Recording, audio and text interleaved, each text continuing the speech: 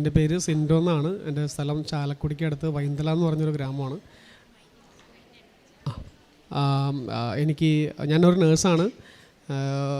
ഒരു 10-15 വർഷമായിട്ട് നഴ്സിംഗ് മേഖലയിൽ തന്നെ ജോലി ചെയ്തുകൊണ്ടിരിക്കുന്നു. അതോടൊപ്പം തന്നെ വേറെയും കുറച്ച് ബിസിനസ്സൊക്കെ ഉണ്ടായിരുന്നു നാട്ടിലായിരുന്ന സമയത്ത്. ഇപ്പം നാട്ടിലല്ല, ഇപ്പം വിദേശത്താണ്. ഞാനതിൻ്റെ സാക്ഷ്യം പറയാനായിട്ട് ഒത്തിരി സന്തോഷത്തോടു കൂടിയാണ് ഇന്ന് ഇവിടെ നിൽക്കുന്നത്. കൃപാസനം മാതാവിൻ്റെ ഒരു വലിയ കഴിവ് അല്ലെങ്കിൽ ഒരു വലിയ അത്ഭുതമെന്ന് പറഞ്ഞാൽ പോരാ, അതിലും മുകളിലേക്കുള്ള ഒരു കാര്യം എൻ്റെ ജീവിതത്തിൽ സംഭവിച്ചു. ശരിക്കും പറഞ്ഞിട്ടുണ്ടെങ്കിൽ ഞാനിവിടെ മുൻപ് 2019-ലും 20-ലൊക്കെ ആയിട്ട് പല പ്രാവശ്യം ഇവിടെ വന്നു പോയിട്ടുണ്ട്. എനിക്ക് നേഴ്സാണെന്നതിലുപരി എനിക്ക് വേറെ ഈ ട്രാവൽസിൻ്റെ ഒക്കെ ആയിട്ട് കുറച്ച് ബിസിനസ്സൊക്കെ ഉണ്ട്. അപ്പോൾ ആ സമയത്ത് വണ്ടിയുമായിട്ട് വരുമ്പോഴത്തേക്കും എൻ്റെ വീടിൻ്റെ അവിടെ നിന്നുള്ള കുറച്ച് ആൾക്കാരൊക്കെ ഇവിടെ കൊണ്ടുവന്ന് രാവിലെ മുതൽ വൈകുന്നേരം വരെ ഇവിടെ വന്ന് നിൽക്കാറുണ്ട്. ഞാൻ യൂഷ്വലി വരുന്ന പോലെ ഇവിടെ വന്നിരിക്കും, ഒരു കൊന്ത ചെല്ലും, അല്ലെങ്കിൽ ചിലപ്പോൾ കുർബാനയുടെ സമയമാണെങ്കിൽ കുർബാനയിൽ കൂടും. അത് കഴിഞ്ഞ് പുറത്ത് പോയി സാധാരണ ഇരിക്കും. എനിക്ക് പ്രത്യേകിച്ച് വിശ്വാസങ്ങളോ അല്ലെങ്കിൽ കൃപാസന മാതാവിൻ്റെ മറ്റുള്ള അനുഗ്രഹങ്ങളെക്കുറിച്ചുള്ള സാക്ഷ്യങ്ങളോ അങ്ങനെ കേട്ടിരിക്കും. പക്ഷേ അതിലത്തേക്കൊന്നും ഞാനങ്ങ് അത്രയ്ക്ക് അങ്ങോട്ട് ഉറച്ച് വിശ്വസിക്കുകയോ അല്ലെങ്കിൽ അതിനെക്കുറിച്ച് വലിയ പ്രഘോഷിക്കുകയോ ചെയ്തിരുന്നില്ല. ഇത് എൻ്റെ ജീവിതത്തിൽ അനുഭവമായപ്പോഴാണ് എനിക്ക് ഇതെന്താണെന്നും എങ്ങനെയാണിത് സംഭവിക്കുന്നതൊക്കെ മനസ്സിലായി തുടങ്ങിയത്. അതുവരെ കേട്ടുകേൾവികൾ മാത്രമേ ഉണ്ടായിരുന്നുള്ളൂ. 2016-ലാണ് എൻ്റെ കല്യാണം കഴിഞ്ഞത്. 2019 എൻ്റെ ഭാര്യ വിദേശത്തേക്ക് പോയി. അതുവരെ ഞങ്ങൾ ഒരുമിച്ചായിരുന്നു. ഞങ്ങൾക്കൊരു മോളുണ്ടായിരുന്നു ആ സമയത്ത്. 2017 മോളുണ്ടായി. 2019 ഭാര്യ വിദേശത്തേക്ക് പോകുമ്പോഴത്തേക്കും മോൾക്ക് 2 വയസ്സ് കഷ്ടി. അങ്ങനെ പോയതിന് ശേഷം ഞങ്ങൾ തമ്മിൽ അഭിപ്രായ വ്യത്യാസങ്ങൾ വരാൻ തുടങ്ങി. ഒരു 2 മാസം കഴിഞ്ഞപ്പോഴത്തേക്ക് ഞാൻ പറഞ്ഞു, ഇനി അവിടെ നിന്നാൽ ശരിയാവില്ല, തിരിച്ചു പോരേന്ന് പറഞ്ഞു. പക്ഷേ ആൾ വരാതിരിക്കുമല്ലായിരുന്നു. അങ്ങനെ പിന്നെ അഭിപ്രായ വ്യത്യാസങ്ങൾ വെറുപ്പിലേക്കും വാശിയിലേക്കും വൈരാഗ്യത്തിലേക്കും പോയി. കുഞ്ഞ് എൻ്റെ കൂടെ എൻ്റെ വീട്ടിലുണ്ട്, അമ്മയുടെ കൂടെ. അമ്മയും അപ്പച്ചനും വീട്ടിലുണ്ട്. അപ്പോൾ എന്നെ സപ്പോർട്ട് ചെയ്യാനായിട്ട് അമ്മ കുഞ്ഞിനെ നോക്കുമായിരുന്നു. ഞാനും ചെറിയൊരു ജോലിയൊക്കെ ആയിട്ട് മുന്നോട്ട് പോവുകയായിരുന്നു. ശേഷം ഇവൾ പോയതിന് ശേഷം ഉണ്ടായ മനംമാറ്റം എന്താണെന്ന് ഒരു പിടുത്തവും കിട്ടിയില്ല. പിന്നീട് അങ്ങനെ അങ്ങ് പോയി. 1 വർഷം കഴിഞ്ഞ് തിരിച്ചു വരാമെന്ന് പറഞ്ഞ ആൾ പിന്നെ വരില്ലെന്നായി. അപ്പോൾ ഇതേക്കുറിച്ച് ഇവരുടെ വീട്ടുകാരോട് സംസാരിച്ച് കഴിഞ്ഞപ്പോഴത്തേക്കും വീട്ടുകാരും അതേ ലെവലിലേക്കാണ് നിൽക്കണേ. അപ്പം പിന്നെ എൻ്റെ മുമ്പിൽ വേറെ വഴിയില്ല എന്നെനിക്ക് മനസ്സിലാക്കി കഴിഞ്ഞപ്പോഴത്തേക്കും പിന്നെ ഞാനും എൻ്റേതായ വാശികൾ ഞാനും കാണിച്ചു തുടങ്ങി. കൊച്ചിനെ കാണാൻ വേണ്ടി വിളിക്കുമ്പോഴൊന്നും ഞാൻ കാണിച്ചു കൊടുക്കാറില്ല. ഞാനെന്ന് പറഞ്ഞിരുന്നത്, കൊച്ചിനെ കൂടെ നിന്ന് നോക്കാൻ സാധിക്കാത്ത ഒരു അമ്മ കൊച്ചിൻ്റെ അടുത്തേക്ക് വിളിച്ചില്ലെങ്കിലും സംസാരിച്ചില്ലെങ്കിലും കുഴപ്പമില്ല എന്ന് ധിക്കാരത്തോടെ പറഞ്ഞ് അവൾ കൊച്ചിനെ കാണിപ്പിക്കില്ലായിരുന്നു. ഒരുപാട് വിഷമിപ്പിച്ചിട്ടുണ്ട് ആ സമയത്ത് അവളെ. അങ്ങനെ കുറേ കഴിഞ്ഞ് 2 വർഷം കഴിഞ്ഞ് പോയിട്ട് 1 വർഷം കഴിഞ്ഞപ്പോഴത്തേക്ക് അവൾ സർജറിക്ക് വേണ്ടി വന്നു. അന്നും ഞാൻ മൈൻഡ് ചെയ്തില്ല, തിരിഞ്ഞു നോക്കിയില്ല. കൊറോണയുടെ ഒക്കെ സമയത്തായിരുന്നു. മറ്റേ ഐസൊലേഷനിലിരിക്കാൻ വേണ്ടിയിട്ട് അവരുടെ റിലേറ്റീവിൻ്റെ വീട്ടിലൊക്കെ വല്ലതും പോയിരുന്നത്. വീട്ടിലോട്ട് വരണ്ട, വീട്ടിൽ കയറ്റിയില്ല. അതിനുശേഷം തിരിച്ചു പോയി. അന്ന് ആ സമയത്ത് വന്നപ്പോഴത്തേക്കും കുറച്ച് ദിവസം കഴിഞ്ഞ് വീട്ടിലേക്ക് വന്നുവെങ്കിലും വീട്ടിൽ വെച്ച് വേറെ കുറേ പ്രശ്നങ്ങളൊക്കെ ഉണ്ടായി. അന്നേരം ഇവരുടെ വീട്ടുകാർ കൂടുതലായിട്ട് ഈ പ്രശ്നത്തിൽ ഇടപെട്ടു. അത് വളരെ വേഴ്സ്റ്റായി. പ്രശ്നം വളരെയധികം മൂർച്ഛിച്ചു. കാരണം ഒത്തിരി ലെവലിലേക്ക്, അതായത് നമുക്ക് ഒരിക്കലും ക്ഷമിക്കാൻ പറ്റാത്ത രീതിയിൽ അല്ലെങ്കിൽ ഒരിക്കലും ആക്സെപ്റ്റ് ചെയ്യാൻ പറ്റാത്ത രീതിയിലുള്ള കാര്യങ്ങൾ നടന്നു. അങ്ങനെ കഴിയുമ്പോഴത്തേക്കും പിന്നെയും വാശിയും വൈരാഗ്യവും ദേഷ്യമൊക്കെ ആയിട്ട് മുന്നോട്ട് പോയി. കുറേ കഴിഞ്ഞ് 2 വർഷം കഴിഞ്ഞ് തിരിച്ച് വന്ന സമയത്ത് ഒരു 50 ദിവസത്തോളം ഇവിടെ നാട്ടിലുണ്ടായിരുന്നെങ്കിലും കൊച്ചിനെ കാണാൻ പോയിട്ട് ഞാൻ അന്ന് പറഞ്ഞു, വീട്ടിലോട്ട് പോയോ എന്ന് പറഞ്ഞപ്പോഴത്തേക്കും വീട്ടിൽ വരാൻ ഒരുക്കമല്ലായിരുന്നു. അവൾ മനസ്സിലെ മുറിപ്പെട്ട് കാണണം, അതുകൊണ്ട് വീട്ടിലേക്ക് വരാൻ ഒരുക്കമല്ലായിരുന്നു. പക്ഷേ കൊച്ചിനെ കാണാൻ പോലും വരാൻ പറഞ്ഞില്ല. കൊച്ചിനെ പുറത്തേക്ക് എന്നോട് കൊണ്ടുചെല്ലാൻ പറഞ്ഞിട്ടുണ്ടായിരുന്നു. പക്ഷേ ഞാൻ സമ്മതിച്ചില്ല. വീട്ടിലോട്ട് വരാൻ പറഞ്ഞു. അത് വീട്ടിലോട്ട് വരുത്താൻ വേണ്ടിയുള്ളൊരു ഇതായിരുന്നു. പക്ഷേ അവളത് സമ്മതിച്ചില്ല. 50 ദിവസം ഉണ്ടായിരുന്നിട്ടും വീട്ടിൽ കൊച്ചിനെ പോലും കാണാം. കൊച്ചിൻ്റെ ബർത്ത്ഡേ കൂടിയായിരുന്നു ആ ഒരു സമയത്ത്. അപ്പോൾ പോലും കൊച്ചിനെ കാണാൻ വരാതിരുന്നപ്പോഴത്തേക്കും എനിക്ക് പിന്നെയും വാശി എന്ന് പറഞ്ഞാൽ പോലെ അങ്ങ് ഉച്ചത്തിലെത്തി. അതിനുശേഷം പിന്നീട് അവൾ വന്ന് 2 വർഷം കഴിഞ്ഞ് വന്നതിന് ശേഷം പിന്നെ പോയത് UK-ലേക്കായിരുന്നു. UK-ലേക്ക് പോയി കഴിഞ്ഞപ്പോഴത്തേക്കും പിന്നെയും വാശിയായി.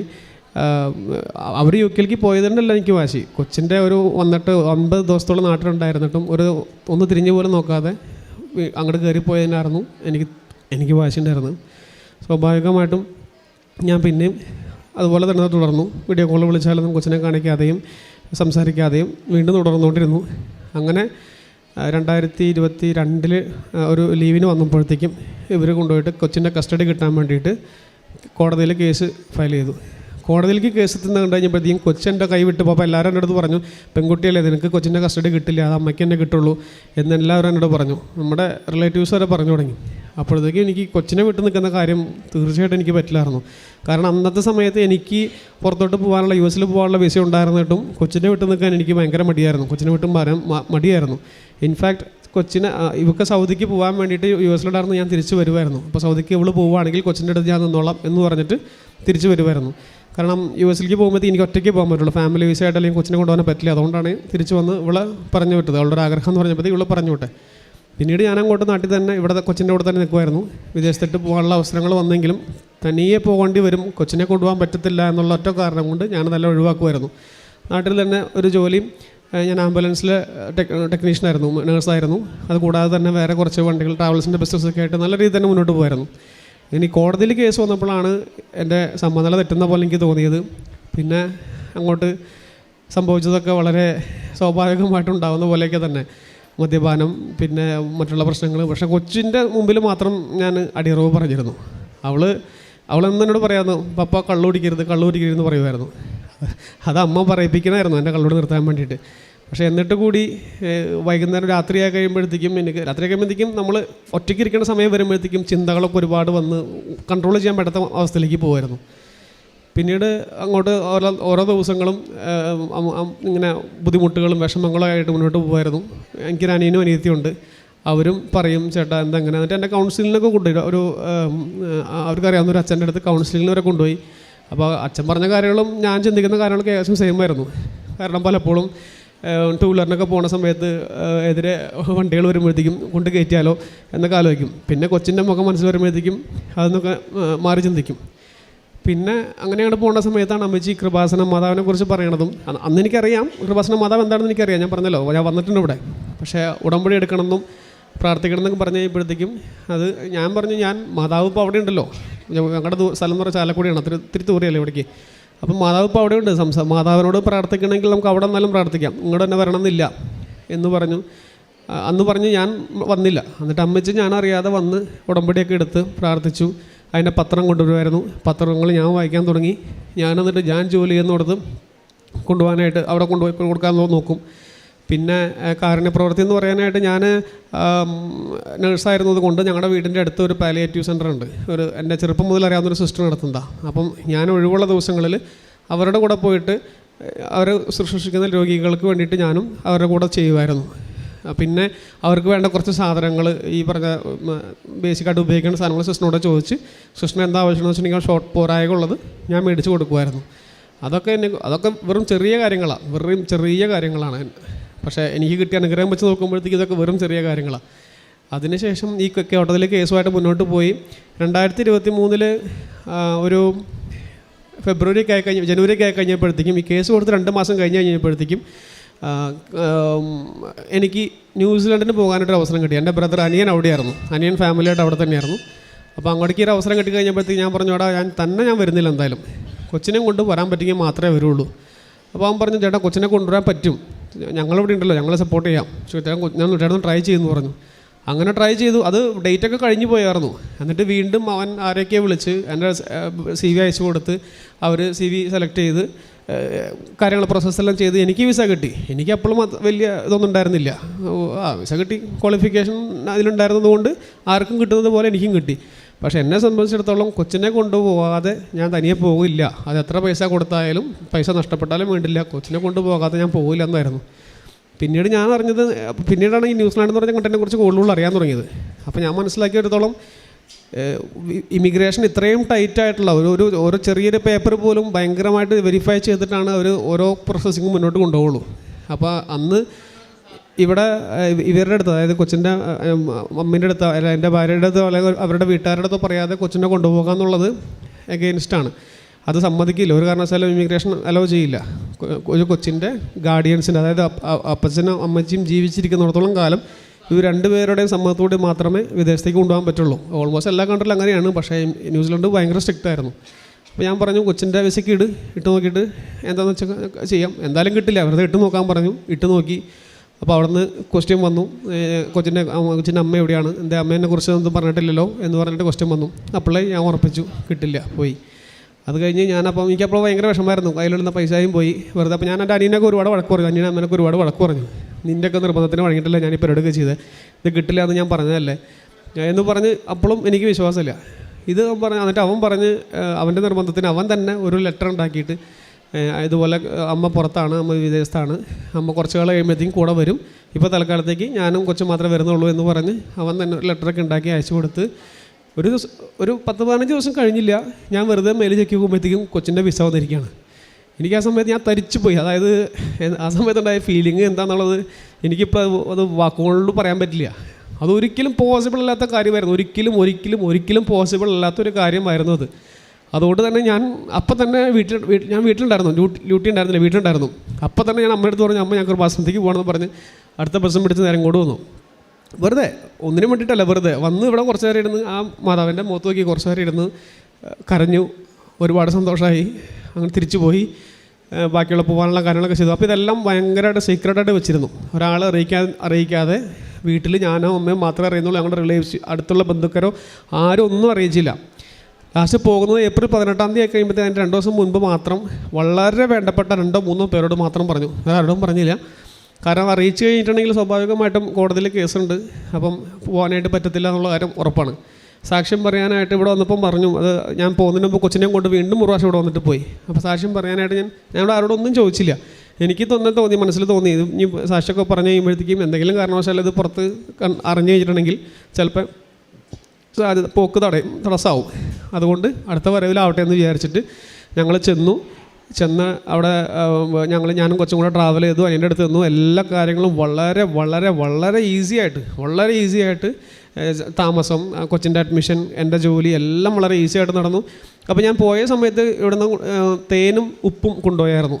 പിന്നെ തിരികളും ഓരോ തിരിയും വെച്ച് കൊണ്ടുപോയായിരുന്നു. പ്രാർത്ഥനകൾ നടക്കുന്നുണ്ടായിരുന്നു. പിന്നെ കൊച്ചിന് അസുഖം വന്ന സമയത്ത് ഒരു സമയത്ത് കൊച്ചിന് ചുമ വന്നിട്ട് മാറുന്നേ ഇല്ല. അവിടുത്തെ കാലാവസ്ഥ മാറിയതുകൊണ്ടായിരിക്കണം ഒരാഴ്ചത്തോളം കൊച്ചു സ്കൂളിൽ പോകാതിരുന്നു. എന്നിട്ട് ഡോക്ടറെ കൊണ്ട് കാണിച്ച് ആൻറ്റിബയോട്ടിക് കൊടുത്തുവെങ്കിലും ഉപ്പ് കൊടുത്തു. പിന്നെ ഉണ്ടായിരുന്ന തേനും നാക്കിൽ തൊട്ട് കൊടുക്കുമായിരുന്നു. അത് കഴിഞ്ഞ് പിന്നെ ചുമ ഇതുവരെ വന്നിട്ടില്ല. അന്ന് വന്നതാണ്, അതായത് കഴിഞ്ഞ കൊല്ലം ഏപ്രിൽ വന്നത്. പിന്നെ ചുമ വന്നിട്ടില്ല, ഇതുവരെ വേറെ പ്രശ്നമൊന്നും ഉണ്ടായിട്ടില്ല. പിന്നെ ഇതുപോലെ ഇതേ സമയത്ത് തന്നെ എൻ്റെ കാനഡയിലുള്ള അനിയത്തി പ്രഗ്നൻ്റ് ആയിരുന്നു. അവൾക്ക് 2ാമത്തെ പ്രഗ്നൻസിയാണ്. ഷുഗർ കൂടിയിട്ട് ഭയങ്കരമായിട്ട് പ്രശ്നമായിരുന്നു. അത് ഭയങ്കര പേടിയായിരുന്നു. അപ്പോൾ അമ്മച്ചി അവിടെ അവളെ ശുശ്രൂഷിക്കാൻ വേണ്ടി അങ്ങോട്ട് പോയ സമയത്ത് ഇതുപോലെ ഉപ്പും തേനും കൊണ്ടുപോയി അവൾക്കതിൽ കൊടുത്തു. അവളുടെ ഷുഗറും എല്ലാം നോർമലായി. ഇപ്പോൾ അവൾക്കൊരു മോനുണ്ട്. മോനിപ്പം കഴിഞ്ഞ ജൂലൈയിലാണ് മോൻ ജനിച്ച. ഒരു പ്രശ്നമില്ല, എല്ലാം നോർമലായി. അവരും ഹാപ്പി ആയിട്ടിരിക്കുന്നു. അതുപോലെ തന്നെ ഞങ്ങൾ ചെന്നതിന് ശേഷം അനിയനും ഭാര്യയും ഞങ്ങൾ ചെല്ലുമ്പോൾ 3 മാസം പ്രഗ്നൻ്റ് ആയിരുന്നു. അവരെ നോക്കാനും ശുശ്രൂഷിക്കാനും സാധാരണ അമ്മ പെങ്ങളുടെ അടുത്തേക്ക് പോയ കാരണം കൊണ്ട് വേറെ ആരും ഉണ്ടായിരുന്നില്ല, ഞങ്ങൾ തന്നെ ഉണ്ടായിരുന്നുള്ളൂ. അതുകൊണ്ട് അവളും എല്ലാവരും വളരെ പ്രാർത്ഥിച്ചും ഒരുപാട് പ്രതീക്ഷകളോട് കൂടിയും അവരുടെ കൊച്ചിൻ്റെ പ്രസവം കഴിഞ്ഞ ഒക്ടോബർ 31 ഒരു പെൺകുഞ്ഞിനെ തന്ന് മാതാവ് അത് അനുഗ്രഹിച്ചു. അങ്ങനെ ഡിസംബർ ആയി കഴിഞ്ഞപ്പോഴത്തേക്കും, അതായത് ഈ കഴിഞ്ഞ ഡിസംബർ ആയി കഴിഞ്ഞപ്പോഴത്തേക്കും ആരുടെയും അത് മുൻപ് മധ്യസ്ഥങ്ങൾ സംസാരിച്ചിട്ടുണ്ടായിരുന്നു. എൻ്റെയും ഭാര്യയുടെയും വിഷയങ്ങൾ തമ്മിൽ മധ്യസ്ഥങ്ങൾ സംസാരിച്ചിട്ടുണ്ടായിരുന്നു. ഒരു 5-6 പ്രാവശ്യം സംസാരിച്ചിട്ടുണ്ട്. പക്ഷെ അതൊന്നും ശരിയായിട്ടില്ലായിരുന്നു. ഒന്നും നീണ്ടു പോകില്ലായിരുന്നു. 1 മാസത്തേക്ക് ചിലപ്പോൾ സംസാരിക്കും, അത് കഴിഞ്ഞ് പിന്നെ വീണ്ടും പഴയപടിയാവുമായിരുന്നു. കഴിഞ്ഞ ഡിസംബറിൽ വൈഫ് വിളിക്കുകയും സംസാരിക്കുകയും ചെയ്തപ്പോൾ ഞാൻ വിചാരിച്ചു ഒരുമിച്ച് ജീവിക്കാൻ ആഗ്രഹമുണ്ട്, ഇനി ഒരുമിച്ച് ജീവിക്കാമെന്ന് പറഞ്ഞു കഴിഞ്ഞപ്പോഴത്തേക്കും ഞാനത് വിശ്വസിച്ചില്ല. കാരണം ഞാൻ പറഞ്ഞു, നിൻ്റേത് അടുത്ത നമ്പറല്ലേ, ഇതും പറഞ്ഞ് നാട്ടിലേക്ക് വിളിച്ചു വരുത്തി അടുത്ത കേസ് കൊടുത്ത് തന്നെ ട്രാപ്പ് ചെയ്യാനുള്ളൊരു അടുത്ത തന്ത്രമായിരിക്കും എന്ന് ഞാൻ പറഞ്ഞു. ഞാൻ ആദ്യം ഒന്നും റെസ്പോണ്ട് ചെയ്തില്ല, അല്ലെങ്കിൽ ഞാൻ അവഗണിച്ചു. പിന്നീട് വീണ്ടും അവൾ പറഞ്ഞു കഴിഞ്ഞപ്പോഴത്തേക്കും എനിക്ക് തോന്നി ചിലപ്പോൾ മാതാവ് അവളെ കൊണ്ട് പറയിപ്പിക്കേണ്ടതായിരിക്കും എന്ന് വിചാരിച്ച് അവളോട് പറഞ്ഞു, ശരി അങ്ങനെയാണെങ്കിൽ ബാക്കിയുള്ള കാര്യങ്ങൾ എന്താണെന്ന് ചെയ്തോ, ഞാൻ വേറെ ഒന്നും ആഗ്രഹിക്കുന്നില്ല, നിന്നെ എങ്ങനെ ഞാൻ 2016 കെട്ടിക്കൊണ്ടുവന്നോ അതേ മോളായിട്ട് നീ വന്നാൽ മതി, വേറൊന്നും നമുക്ക് വേറൊന്നും എനിക്ക് വേറൊരു കണ്ടീഷൻസും ഇല്ല. എനിക്കും നമ്മുടെ മോക്കും നിന്നെ ആവശ്യമാണ്. ഞങ്ങൾ നീ ഇല്ലാത്തൊരു ജീവിതം കണ്ടിരുന്നുവെങ്കിലും നീ ഉണ്ടെങ്കിൽ അത് ഞങ്ങളുടെ ജീവിതത്തിൽ ഏറ്റവും വലിയൊരു അനുഗ്രഹമായിരിക്കും. നമ്മുടെ 3 പേരുടെ ജീവിതം പൂർണ്ണമാണെങ്കിൽ 3 പേരും ഒരുമിച്ച് തന്നെ ജീവിക്കണം. അത് ഇത്ര നാളും പല തെറ്റിദ്ധാരണകൾ കൊണ്ട് ഇല്ലാതിരുന്നെങ്കിൽ ഇപ്പോൾ നിനക്കത് തോന്നിയെങ്കിൽ ഇനി അങ്ങോട്ടാവാം എന്ന് പറഞ്ഞ് കഴിഞ്ഞ മാസം ജനുവരി മാസം ഞാനും കൊച്ചും അവിടെ നിന്ന് വന്നു. എൻ്റെ ഭാര്യ UK നിന്ന് വന്നു. കേസൊക്കെ പിൻവലിച്ചു. ഒന്നും ഞാൻ പറഞ്ഞതിൻ്റെ പുറത്തിൽ മാത്രം കേസൊക്കെ പിൻവലിച്ചു. വേറെ കേസുകളൊക്കെ അവസാനിച്ചു. വേറെ ബുദ്ധിമുട്ടൊന്നുമില്ല. ഇപ്പം എൻ്റെ കൂടെ വീട്ടിൽ വന്നിട്ട് ഇപ്പം കഴിഞ്ഞ 26-ാം തീയതി അവൾ വന്നു. 28-ാം തീയതി കേസ് പിൻവലിച്ചു. അന്ന് തന്നെ വീട്ടിലേക്ക് വന്നു. സുഖമായിട്ടും സന്തോഷമായിട്ടും മനസ്സമാധാനപരമായിട്ടും ജീവിക്കുന്നു. വൈഫും കൊച്ചും കൂടെ വന്നിട്ടുണ്ട്, അമ്മയും വന്നിട്ടുണ്ട്. ഒത്തിരി സന്തോഷം. ഒത്തിരി പോകുന്നതിന് മുമ്പ് ഇപ്പോൾ എന്തായാലും വന്ന് ഞങ്ങൾക്ക് അടുത്ത ഈ 2-3 ദിവസത്തിനുള്ളിൽ തിരിച്ചു പോകും. തിരിച്ചു പോകുന്നതിന് മുമ്പ് സാക്ഷ്യം പറയണം എന്ന് ആഗ്രഹമുണ്ടായിരുന്നു. അപ്പോൾ അമ്മച്ചി ഇടയ്ക്കിടയ്ക്ക് വന്നതിന് ശേഷം ചോദിച്ചാൽ വന്നിട്ട് ഇപ്പോൾ 3 ആഴ്ചയായി. വന്നിട്ട് അമ്മച്ചി ഇടയ്ക്കിടയ്ക്ക് ചോദിക്കും, കാര്യങ്ങളൊക്കെ നടന്നു കഴിഞ്ഞപ്പോൾ ഇനി മാതാവിനെ വേണ്ടല്ലേ, സാക്ഷ്യം പറയാന്നവരുടെ നീ പറഞ്ഞോ എന്ന് ചോദിക്കും. അപ്പോൾ ഞാൻ അപ്പോഴും അല്ലെങ്കിൽ അപ്പോൾ ഒക്കെ മനസ്സിൽ കൂത്തായിരുന്നു, അയ്യോ എല്ലാ കാര്യങ്ങൾക്കും വേണ്ടി ഓടി. പിന്നെ എനിക്കൊരു സർജറി ഒക്കെ ഉണ്ടായിരുന്നു. ആ സർജറിയൊക്കെ വളരെ ഡീസൻ്റായിട്ട് നടന്നു. ഒന്നും ടെൻഷൻ അടിക്കേണ്ടി വന്നില്ല. അപ്പോൾ ഇതെല്ലാം കഴിഞ്ഞ് കഴിഞ്ഞപ്പോഴത്തേക്കും അമ്മച്ചി പറഞ്ഞു കഴിഞ്ഞപ്പോഴത്തേക്കും ഇന്നലെ വീണ്ടും പറഞ്ഞു, എടാ പോയില്ലെങ്കിൽ അത് ശരിയാവില്ല കേട്ടോ എന്ന് പറഞ്ഞപ്പോൾ ശരി എന്നാൽ ഞാൻ വേറെ എന്ത് പരിപാടി ഉണ്ടെങ്കിലും അത് മതി എന്ന് പറഞ്ഞ് ഇന്ന് രാവിലെ തന്നെ ഞാൻ അമ്മച്ചേനെയും കൂട്ടിങ്ങ് പോരുമായിരുന്നു. അപ്പം മാതാവ് തന്ന ഈ ഒരു അനുഗ്രഹം, അതായത് ഞാൻ ചോദിച്ചത് ഒന്നേ ചോദിച്ചുള്ളൂ, പക്ഷേ പലതായിട്ട് മാതാവ് തിരിച്ചു തന്നു. അതാണ് ഏറ്റവും വലിയ ഒരു അനുഗ്രഹം എന്ന് പറഞ്ഞിട്ടുണ്ടെങ്കിൽ. അപ്പോൾ ഇതിനകത്ത് ഏറ്റവും അകമഴിഞ്ഞ രീതിയിൽ നന്ദി പറയുന്നതോടൊപ്പം തന്നെ തുടർന്നുള്ള ഞങ്ങളുടെ ജീവിതത്തിൽ മാതാവിൻ്റെ അനുഗ്രഹം ഉണ്ടാവണമെന്നും മാതാവിൻ്റെ കൂടെ തന്നെ നടക്കണമെന്നും ആഗ്രഹിക്കുന്നു. നന്ദി, നമസ്കാരം. യോഹന്നാൻ്റെ വിശുദ്ധ സുവിശേഷം 15-ാം അധ്യായത്തിൽ താൻ സാക്ഷാൽ മുന്തിരിച്ചെടിയാണെന്നും തൻ്റെ പിതാവ് കൃഷിക്കാരനാണെന്നും തൻ്റെ ശാഖകളിൽ ഫലം തരുന്നതിനെ കൂടുതൽ കായ്ക്കുവാനായി വെട്ടിയൊരുക്കുന്നു എന്നും തിരുവചനം നമ്മോട് പറയുന്നുണ്ട്. കൂടുതൽ കായ്ക്കുവാനായി വെട്ടിയൊരുക്കുന്ന ദൈവത്തിൻ്റെ കരുതലുള്ള സ്നേഹമാണ് ഓരോ മക്കളുടെയും അനുഭവ സാക്ഷ്യങ്ങളിൽ. അത് വ്യത്യസ്തങ്ങളായ അനുഭവ സാക്ഷ്യങ്ങൾ. നാം ഇന്ന് ഇവിടെ 2ാമത്തെ ഈ അനുഭവ സാക്ഷ്യം പങ്കുവയ്ക്കുമ്പോൾ കുടുംബജീവിതം തന്നെയാണ്. കുടുംബജീവിതത്തിൽ തകർന്ന കുടുംബജീവിതം എങ്ങനെ അത് ഒരുമിക്കുന്നു, അതിനിടയിൽ വേദനകൾ, വിഷമങ്ങൾ ഇതൊന്നുമില്ല എന്നല്ല, ഒത്തിരിയേറെ പ്രതിസന്ധികളൊക്കെ വരുന്നുണ്ട്. എന്നാൽ ആ പ്രതിസന്ധികളെയൊക്കെ എങ്ങനെയാണ് ദൈവത്തോട് ചേർന്ന് നിൽക്കുന്നപ്പോൾ അതിനെയൊക്കെ തരണം ചെയ്യാൻ കഴിഞ്ഞത് ഈ മകനും ഒരു പാലിയേറ്റീവ് സെൻറ്ററിലൊക്കെ പോയി അവരെ ശുശ്രൂഷിക്കുന്നതും അങ്ങനെ പ്രേക്ഷിത പ്രവർത്തനമായിട്ട് കൃപാസന പത്രം താൻ പോകുന്ന സ്ഥലങ്ങളിലൊക്കെ കൃപാസന പത്രം കൊടുക്കുവാനുള്ള ഒരു മനസ്സ്, തീഷ്ണത, അങ്ങനെ തൻ്റെ മമ്മിയാണ് ഉടമ്പടി എടുത്തത്. അപ്പോഴും മമ്മിയോടൊപ്പം തന്നെ എല്ലാ കാര്യങ്ങളും ചെയ്യുവാനായിട്ട് സന്നദ്ധനാകുന്നു. കുടുംബജീവിതം തകർന്നു പോയി. മദ്യപാനത്തിൽ മദ്യപാനം മാത്രമാകുന്ന ഒരവസ്ഥയിൽ നിന്ന് പിന്നീട് എങ്ങനെയാണ് തൻ്റെ ജീവിതത്തെ ഈശോ അമ്മയുടെ മധ്യസ്ഥതയിലൂടെ ഈശോ ചേർത്ത് നിർത്തിയത്. ഇന്ന് കുടുംബം ഒന്നിച്ചു. ഏതാനും അതായത് ഇപ്പോൾ 1 മാസമാകുന്നേയുള്ളൂ. വൈഫും ഹസ്ബൻഡും കുഞ്ഞും ഒരുമിച്ചാണ് ഇവർ ഇന്നിവിടെ വന്നിരിക്കുന്നത്. വന്ന് നന്ദി പറയുവാൻ പരിശുദ്ധ അമ്മയുടെ മധ്യസ്ഥതയിലൂടെ മാത്രമാണ് തങ്ങൾക്കിത് ലഭിച്ചത് എന്നുള്ള ആ ഒരു ബോധ്യത്തിൽ ഇവിടെ വന്ന് ഈ സാക്ഷ്യത്തിലൂടെ ഈശോയെ മഹത്വപ്പെടുത്തുവാനാണ് ഈ മക്കൾ ഇവിടെ ഇന്ന് വന്നത്. അങ്ങനെ ജീവിതത്തിൻ്റെ വരണ്ട അവസ്ഥകളിൽ എങ്ങനെയാണ് ഉടമ്പടി നമ്മെ ഫലമണിയിക്കുന്നത്, നമുക്കെങ്ങനെ തളിർ ചൂടി നിൽക്കുവാനായിട്ട് ഉടമ്പടി നമ്മെ എങ്ങനെ സഹായിക്കുന്നു, ഉണങ്ങി വരണ്ട അവസ്ഥകളിൽ തൻ്റെ അരൂപിയെ അയച്ച് ദൈവം എങ്ങനെയാണ് ആ വരണ്ടുണങ്ങിയ അവസ്ഥയിലുള്ള നമ്മുടെ ജീവിതത്തെ ദൈവം നനച്ചു പിടിപ്പിക്കുന്നത്. അതാണ് നമുക്ക് മനസ്സിലാവുക. ഉടമ്പടി എന്നുള്ളത് ഒരു അവകാശവും അനുഗ്രഹവുമാണ്. നാം വിശ്വസ്തരും സത്യസന്ധരുമാകണം. അതുമാത്രമാണ് ദൈവം ആഗ്രഹിക്കുന്നത്. നമുക്ക് നമ്മുടെ ചിന്തകൾ നമുക്ക് തോന്നുന്നത് അതല്ല, ആ ജീവിതമല്ല ഉടമ്പടി ജീവിതം. ഉടമ്പടി ജീവിതം നമ്മിൽ നിന്ന് ആവശ്യപ്പെടുന്നത് വിശ്വസ്തതയും സത്യസന്ധതയും ആത്മാർത്ഥതയുമാണ് എന്ന് നമുക്ക് കൂടെ ഓർക്കാം. അങ്ങനെ ഈ കുടുംബത്തിന് ദൈവം നൽകിയ എല്ലാ കൃപകൾക്കും നമുക്ക് കരങ്ങളടിച്ച് ഈശോയ്ക്കും അമ്മയ്ക്കും നന്ദി പറയാം. ദൈവത്തെ ആരാധിക്കാം, മഹത്വപ്പെടുത്താം. അത്യപൂർവ ദൈവാനുഭവങ്ങൾ ഇനി നിങ്ങൾക്കും സ്വന്തം. ഈ യൂട്യൂബ് ചാനൽ ഇതുവരെ സബ്സ്ക്രൈബ് ചെയ്തിട്ടില്ലെങ്കിൽ ഇപ്പോൾ തന്നെ സബ്സ്ക്രൈബ് ചെയ്യുക. ഈ വീഡിയോ ഇപ്പോൾ തന്നെ നിങ്ങളുടെ സുഹൃത്തുക്കൾക്ക് ഷെയർ ചെയ്തുകൊണ്ട് കർത്താവിൻ്റെ പ്രേക്ഷിതരാകുക.